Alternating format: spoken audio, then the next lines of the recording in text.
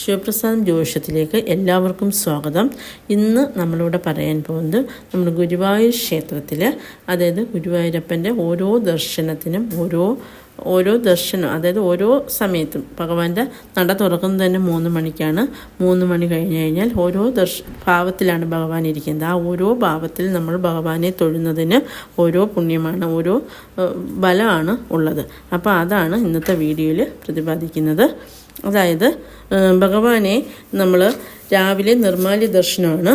ആ ദർശനത്തിൽ ഭഗവാനെ ദർശിക്കുന്നതിലൂടെ ആ ഒരു ദർശന സൗഭാഗ്യം നമുക്ക് ലഭിക്കുന്നതിലൂടെ നമുക്ക് കിട്ടുന്നത് സർവ്വ പാപത്തിൽ നിന്നുമുള്ള മുക്തിയാണ് ഫലമായിട്ട് കിട്ടുന്നത്. അതുപോലെ തന്നെ സർവ്വ ഐശ്വര്യങ്ങളും നമുക്ക് ലഭിക്കുന്നതാണ് ഭഗവാന്റെ ആ ദർശനത്തിലൂടെ.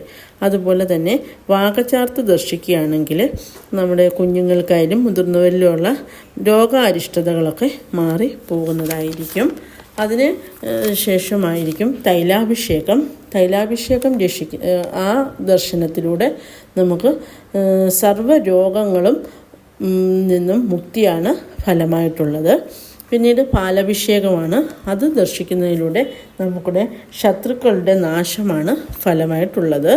അതുപോലെ തന്നെ ബാലഗോപാല ദർശനം, ബാലഗോപാല ഭാവത്തിൽ ഭഗവാനെ ദർശിക്കുകയാണെങ്കിൽ നമുക്ക് സന്താന ഭാഗ്യമാണ് അതിലൂടെ ഫലമായിട്ട് വരുന്നത്. ശംഖാഭിഷേകം ദർശിച്ചാൽ ധനാഭിവൃദ്ധിയാണ് ഫലം. പിന്നീട് പന്തീരടി പൂജകൾ കണ്ടു തൊഴുകയാണെന്നുണ്ടെങ്കിൽ നമുക്ക് നേത്ര സംബന്ധമായിട്ട് എന്തെങ്കിലും അസുഖങ്ങളൊക്കെ ഉണ്ടെങ്കിൽ അത് പെട്ടെന്ന് തന്നെ നമുക്ക് മാറിപ്പോകുന്നതായിരിക്കും. അത് പറഞ്ഞ് ഭഗവാന്റെ അടുത്ത് പ്രാർത്ഥിക്കുക.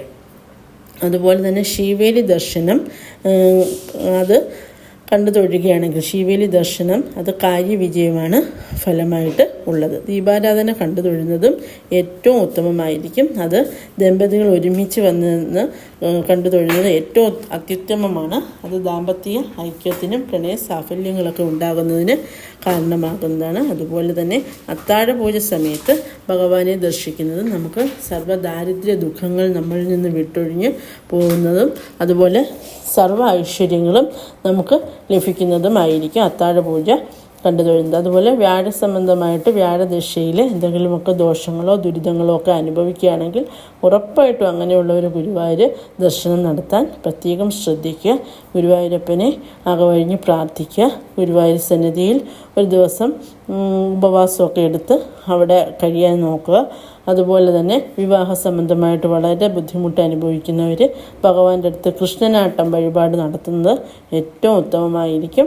അതുപോലെ ഭഗവാന്റെ എല്ലാ ദർശനങ്ങളും നമുക്ക് പുണ്യദായകം തന്നെയാണ്. പക്ഷെ ഓരോ സമയത്തുള്ള ദർശനത്തിൻ്റെ ഭാഗ്യം ഇതൊക്കെയാണ്. അത് എല്ലാവർക്കും ഗുരുവായൂരപ്പൻ്റെ എല്ലാ അനുഗ്രഹങ്ങളും ഉണ്ടാകട്ടെ. കൃഷ്ണ കൃഷ്ണ മഹായോഗി ഭക്താനാം അഭയം കര ദേഹിമേ സകലാം വിദ്യ ഗോവിന്ദ പരമാനന്ദ സർവമേ വശമാനയ സ്വാഹ.